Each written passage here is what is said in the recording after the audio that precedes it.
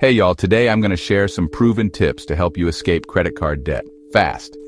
If you're struggling with those high interest balances, stick around. This could change your life. First things first, acknowledge and assess your debt. Gather all those credit card statements and jot down each card's balance, interest rate, and minimum payment. You got to know what you're dealing with, right? Next, take a good hard look at your spending habits.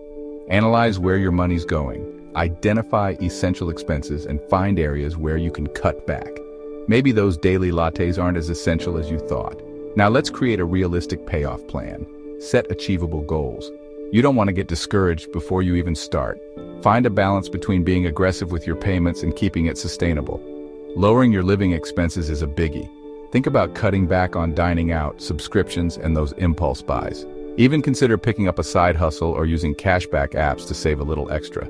And for now, stop using those credit cards for discretionary spending. Switch to cash or debit to keep your spending in check. Here's a tip. Call up your credit card company and negotiate. You might be able to get lower interest rates, waive fees, or even settle your debt for less. It never hurts to ask. Always pay more than the minimum. Making just the minimum payments means it'll take forever to chip away at that debt. Paying more reduces the debt and the interest you're shelling out. Consider balance transfers. Move that high interest balance to a card with a lower rate or a 0% introductory period. But watch out for transfer fees and the higher rate after the promo period ends. Debt consolidation with a personal loan is another option. This can offer lower, fixed interest rates and structured payments. But don't fall into the trap of racking up more credit card debt.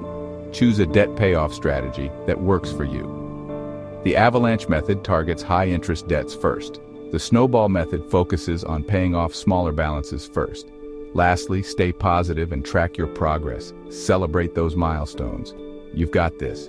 If you found these tips helpful, hit that like button and subscribe for more financial advice. Thanks for watching.